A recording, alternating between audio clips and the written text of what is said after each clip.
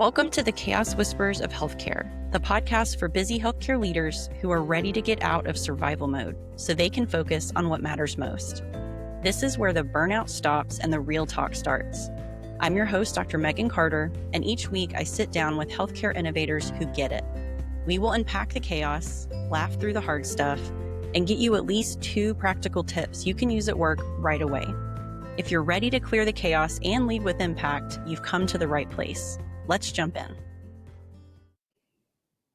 Welcome to the Chaos Whispers of Healthcare. Today's guest is an exceptional trailblazer, female founder, and innovator.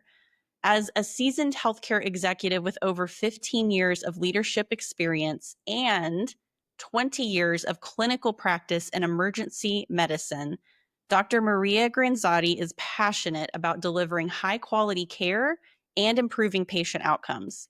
She's had the privilege of leading large-scale quality and safety initiatives across multi-hospital systems. She shaped strategies that drive value-based care, patient safety, and operational efficiency. Her work is grounded in a deep commitment to excellence, meticulous data analysis, and strategic decision-making that supports the health of patients and the success of healthcare organizations. Currently serving in multiple roles as a chief medical officer, chief clinical excellence officer, and executive healthcare advisor, Maria has entered my professional stratosphere just recently, and yet I already feel like we've known each other for years. I am so incredibly excited to hear all of the radically innovative and practical insights she is going to share with us today. Welcome to the show, Maria. Well, thank you, Megan. It does feel like I've known you 20 years. It really does, even though we've known each other just a few months. So I'm impressed. Thank you for your gracious entry there. That was very kind. Absolutely. Gosh, there's so much to cover. You have such an impressive career. So that's just the highlight reel, you guys. You need to check her out on LinkedIn. I am so glad you're here today, Maria. It's been important to me that we have a diverse group of guests who represent the many clinical leadership roles that make up our healthcare system. And as our first physician leader guest, I would love for you to share with the audience how you ended up on this innovative career path. How much time do we have, Megan? Is what all the time in the world for you, ma'am. Yeah. Whatever you need. Now, I hearken back to, I always thought, one of my best friends in my entire life was my farm wife, grandma, who was on a farm in Iowa. She was farm wife during the day, and then she was nurse at night. She was truly one of my best friends, and she was my inspiration to get into healthcare. So she was stubborn. I think I just admired that for her so much. She was just incredibly stubborn, but she was able to balance that, caring for the family and caring for the patients, the passion she had.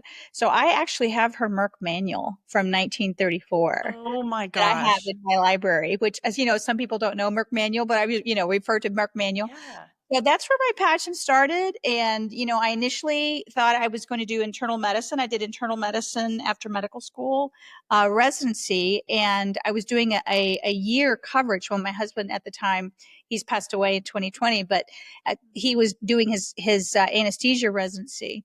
So I took on the role of an ER teaching attending, and that I think was one of the best decisions I ever made.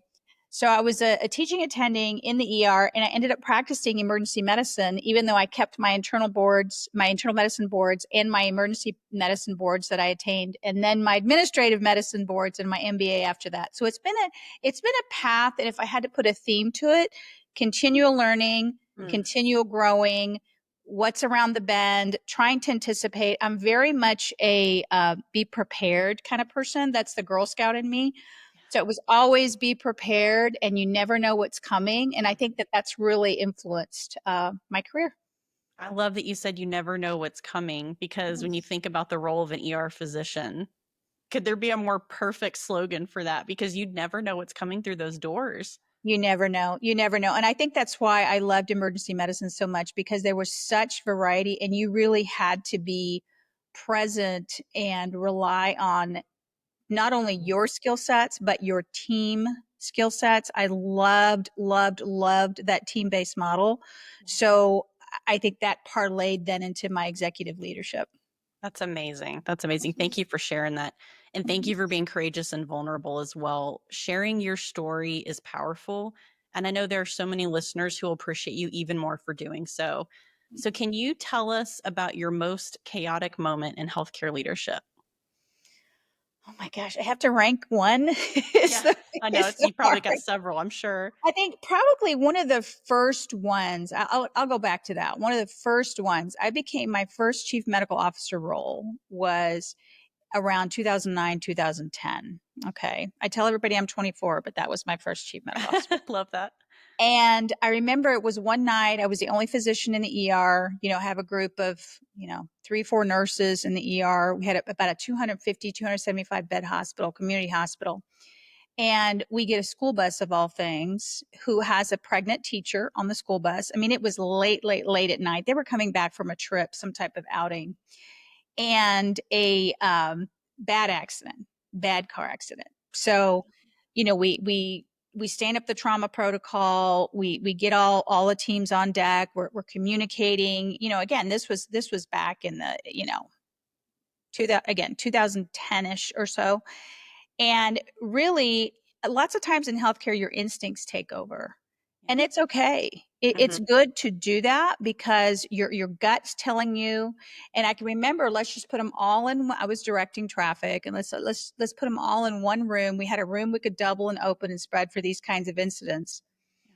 And we had 20 special needs kids here that are ages 4, 5, 6, hard to tell in some. And you just start taking over. So talk about chaos, right? Talk about Yeah, chaos. no So kidding. I just started instinctively, okay, I'm going to, survey the area. You're looking for blood, you're looking for respirations, you're looking for movement. Just kind of takes over. And I just wanted to get across that instinctual piece because oftentimes we forget or to honor that instinctual piece when we get into more administrative or leadership. It still needs to be there.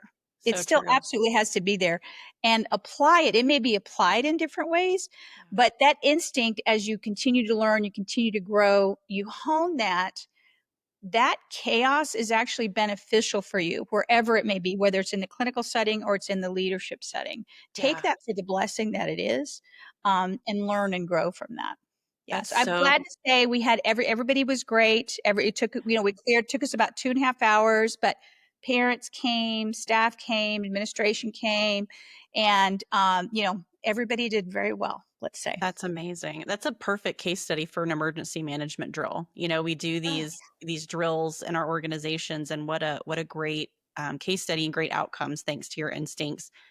I want to revisit just real quick what you said about I call it a doorway assessment. You talked about when you step back and you wanted to you're literally looking at the forest for the trees mhm, initially.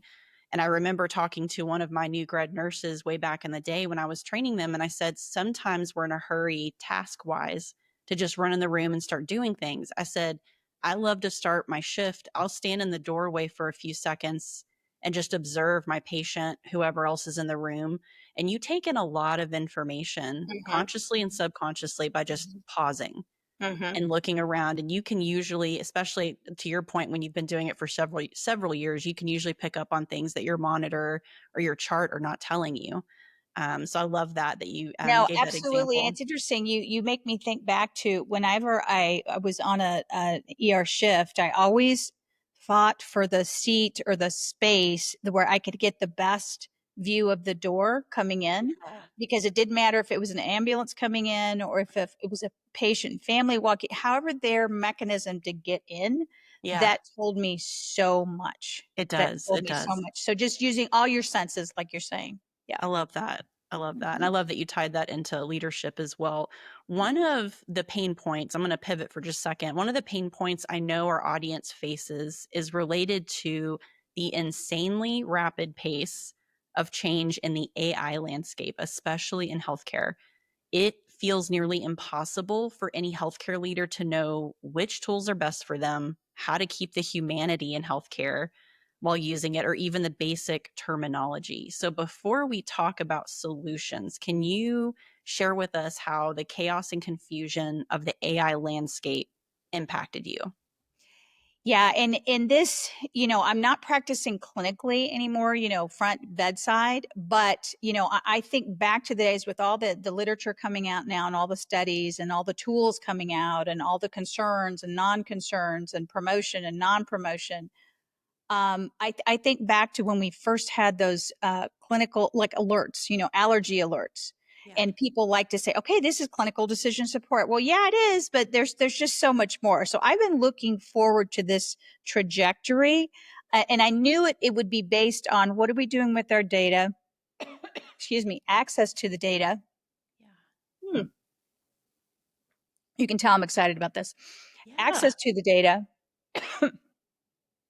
And there's just so much potential here that I was actually asked to teach at the AAPL, which is the American Association of Physician Leadership in Boston last month. They asked me to teach on transformation of healthcare with AI. I taught a group of about 29, 30 physician leaders that were there, all kinds of, we were all over the place as far as foundation. That was the whole purpose of it because Yeah. folks they see the shiny object, they see the shiny car, they want to jump to that, and they want, in the interest of their patients or their workflows or their efficiencies or their outcomes, but they're not getting on the ground level of what it means.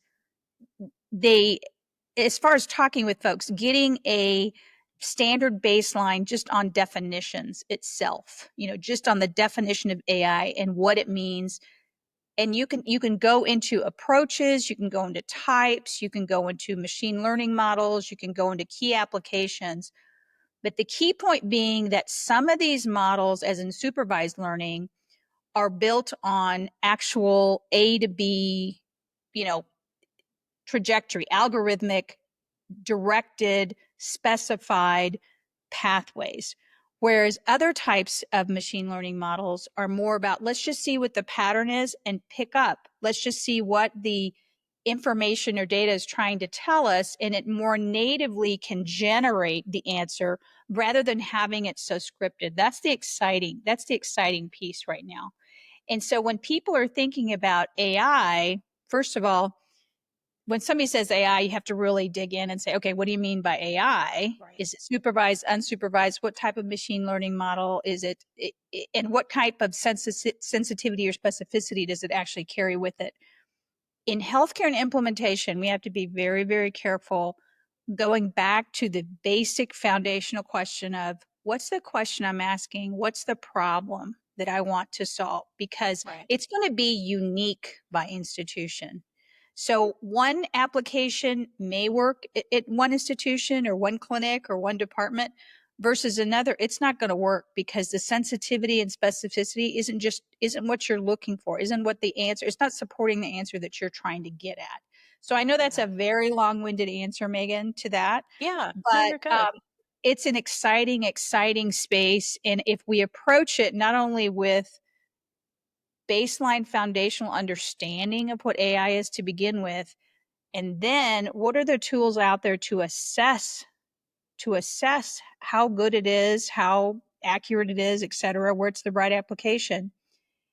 And then the governance, the strategy and the governance and implementation, that's where a lot of people are stumbling right now because they're and I don't blame them. They're grabbing for what's out there, but not really understanding what does it mean to their workflow or what does it mean to their teams in their outcomes. Yeah. Thank you for that. No, I think that's powerful. And I love that you highlighted asking the basic question first. So if I'm an executive leader or director manager and I have a problem to solve, starting with that first before I'm having a vendor or an outside tech company come in and start, doing this really fancy, impressive, exciting presentation. It really needs to start further upstream, which is here as a healthcare leader, here's what I know my organization struggles with, whether it's a metric, people, process, whatever it is. This is what we struggle with. Then inviting those vendors or people who know the tools to come in and say, how can your tool help me solve that specific problem? And the reason I think that's important, like you stated so clearly and eloquently, is there's so much out there that one can get overwhelmed with the options and possibilities. And so you really want to be clear about what is the problem we want it to solve. And really, most of us in healthcare want AI to take off administrative burden, the non-essential work, for the purpose of giving these clinicians more time at the bedside doing what they're trained to do, not to replace them, but Hmm. to support them and free them up. And so we need data to be able to do that, to your point. Right, right. Data So data is definitely the new commodity. There's it no question. is. Some people even argue that it's not that new of a commodity. It's been out there. Yeah. But and you hearken to this is that people are so ready. We're clinicians, right? We're Right. so ready to fix. We're so ready to Yeah. get it done, to get the answer. We can't jump to solutions without understanding the problem and how Right. we're going to get there. Because if we Right. don't understand the problem, we're going to be circling with the Right. solution. Right. Yeah. So at the highest level, let's talk about AI governance structures in healthcare, because I know, having been to conferences and working with clients around the country, organizations and individuals are at different places in their journey, right? Some of us need to know basic terminology. Some people understand the basics, but now they're trying to set up these more advanced governance structures, considering ethics. How do we keep the human and the healthcare, that sort of thing? So how can these leaders make sure that they have a seat at the table and that we're keeping the human touch in healthcare AI implementation? Yeah, I mean that's a great segue to that. You know, at its core, we have to understand how AI is impacting our outcomes with quality and safety. I think that there's just so much runway onto how that can truly be deciphered and implemented. And with AI, the strategy and governance of it, first of all, if you start top down, you really need to tie it to your organization's strategic goals, values. You can infuse that in your AI approach. It's not the separate, machine that's living out there. It's integrated. That's You want that human in the loop integration of whatever AI models you choose.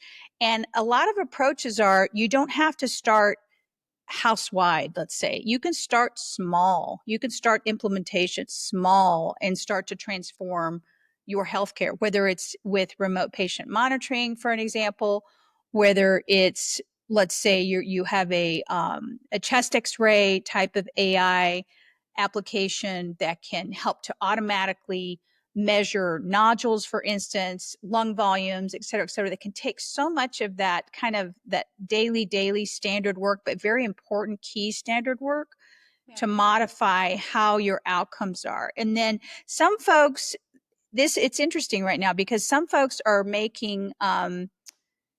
they're making or building, let's say, kind of an AI governance within their institutions, depending on their size, depending on their specialties, depending on their core capabilities, that are very. The one thing that's very key is that it's very multi representative. You know, you've got nursing at the table, you've got, just making it up. You know, you've got lab, you've got critical care, you've got ER, depending on the application. But you want those outside eyes because really, anything we do in our organizations has the potential to touch the entire house. So really thinking about what that structure looks like. Sometimes that governance committee obviously you have to have ethics. You talked about the ethics. Mhm. Okay, the ethics on who's using the AI and who's not, the end user itself. How are you gonna assure that? The cybersecurity behind it is massive. A lot of folks aren't aren't shoring up, or they have and they think they have but really haven't. The cybersecurity piece is huge, especially as we start taking more data from wearables, monitors, et cetera, extending outside of your institutions, that kind of thing.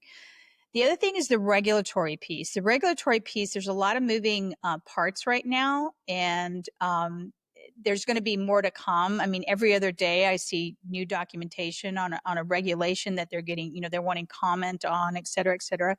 But really bringing it back to your organization's strategy and values and approach. And what do you need to work on? Again, what's our problem? What's our issue? And focusing on that. Yeah, those are important questions to ask, and I think factors to consider. If I'm a busy healthcare leader and I'm listening to this podcast and I would like to have either resources, whether that's professional organizations, reliable, schools of thought on this, where would you direct me to go to stay up to date on what's happening with AI in the healthcare landscape? What's safe and reliable? Yeah, what's safe and reliable? There's a lot out there, as you know, right now. For instance, one of my co-founder and I attended Health 25, and that was a good kind of visibility into, oh my gosh, never thought about this angle, or oh my gosh, never thought about this. But then it's also your society publications. A lot of societies have been able to get on. I know the AMA, I know ASEP has some literature, but your individual societies or your professional organizations, they have vetted and will have looked at different pieces. The other piece that I get some very interesting information, and you can start contrasting and comparing, is on LinkedIn. There are, I'll say, a million folks, loading information on AI. The other piece that's really good for information is HIMSS, HIMSS. HIMSS has some great information and access to um, various models and more on the application side because of the IT integration needed. But those are just some, people typically have their tried and true, source of truth access, but I think societies are great. Your favorite journals are going to have a lot in there. And it's more about keeping your eyes open and understanding what's out there. Yeah, I love that. I'm glad you mentioned hymns because I do know that they recently, I say recently, relatively recently, came out with the 5 rights of AI implementation. So if anyone's not familiar with that society, I'll add that in the show notes, a link to that. But they're a great, reliable, trustworthy source of information on AI as it continues to transform our landscape and our leadership practice. And what's Absolutely. interesting, there's some groups now that have been formed recently. There's just so many, I'm not going to name them, but that are trying to standardize an approach to how to assess a tool or assess your governance structure. Let's say there's a Yeah. lot of literature out there because people are understanding we have to have that architecture in place Yeah. uh, to be able to. The quality assurance piece is massive with AI, so just those checks and balances. Absolutely. Absolutely. I am just blown away by how much you know about AI. Maria, doesn't surprise me, but it's incredible how much you've been able to learn and what we can learn from you. Thank you for sharing all this knowledge with us. I like to pivot at the end of the episodes to take us on a lighter note and tell us what are you reading, watching, or listening to right now to keep the laughter in your life? Oh my gosh. Okay, now you're going to laugh at this, right? No, no judgment. I'm a huge, absolutely huge. I went to Notre Dame undergrad, and I'm a huge sports fanatic. So Yeah, anything in the playoffs, I will watch, whether it's football, basketball, soccer, World Cup, whatever. WNBA is just absolutely awesome, I it's will been say. inspiring. Yeah, And but to keep the laughter going, because I'm trying to, like, okay, you need some balance. It's not just all about sports. It's not just all about work. And I think that the one entity I do want to mention that I work for Church Streeter and Cross, which is a talent acquisition and technology company. And they have some AI models that they use themselves, which is what part of what attracted me to them and their founder. yeah. But given this, I don't know what it is, but this human resources piece and this networking piece, I'm actually learning Italian. I found this great. I love And I that. knew some Italian. I'm half Spanish, so it's easier for me to get these Romance languages. But I found this great app called LingoPie that's got AI in itself. Again, trying to use this every day, and Yeah. it's really teaching me back and forth. So I'm trying to learn Italian right now, Megan. That is fabulous. I love that. I just, it's funny you mentioned Italian because just yesterday, I talk a lot about my son being 15 and being, Gen Z/Gen Alpha. He's right on the line and how his sense of humor is so different. And a new type of humor I learned about yesterday is called Italian brain rot. And it's these short videos of AI generated images, and you hear a voice speaking this really excited Italian. They're not real Italian words. Oh my They God. call it Italian brain rot because it's an Italian accent, and they kind of sort of throw some in there. But it makes these kids laugh. We're talking kids like from age 7 up, and they scroll through these images and these videos with this guy, narrating it in this excited Italian, and they are crying with laughter. And I see it and I'm like, I don't get it. I don't get it, but it's making them laugh. So then as a parent trying to be technologically responsible, it's like, tell me what makes you laugh about that. I want to make sure I'm not missing something potentially dangerous. But you can just Google it, check it out, and see what these videos are. It's very interesting. Maybe it'll add to your Italian Oh my gosh. speaking. I hope that's not the one I'm trying to learn from. Let's just No, say. no, definitely not. No, yours sounds way more reliable for sure. Awesome. Well, thank you for your time today, Maria. I'm so excited for our listeners to hear this incredible information, and you've given them some great tips on where to start to up their game on learning the terminology. Where can they find reliable information and stay up to date, and how do they begin that conversation if they haven't already in their organizations? Well, If our thank you. listeners, yeah, if our listeners want to connect with you further, where can they find you? They can find me on LinkedIn, Maria Granzotti. I'm easy to find Right. there. And the AI, we've scratched the surface, Oh, right? for sure. There's just so much, but it's just having the interest and thinking, okay, we can do better. That's the start. It is 100%. I love that. Thank you for your time today, Maria. Thank you. Awesome. Thanks for joining us on the Chaos Whispers of Healthcare. If today's episode resonated with you, please be sure to follow this podcast, rate, and leave a review on your favorite platform. I'm Dr. Megan Carter, and I will be back next week with more real talk, fresh strategies, and guests who are redefining what it means to lead with impact. Want to keep the conversation going?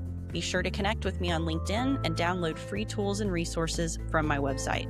Both links are in the show notes. Let's heal this broken healthcare system together, one day at a time.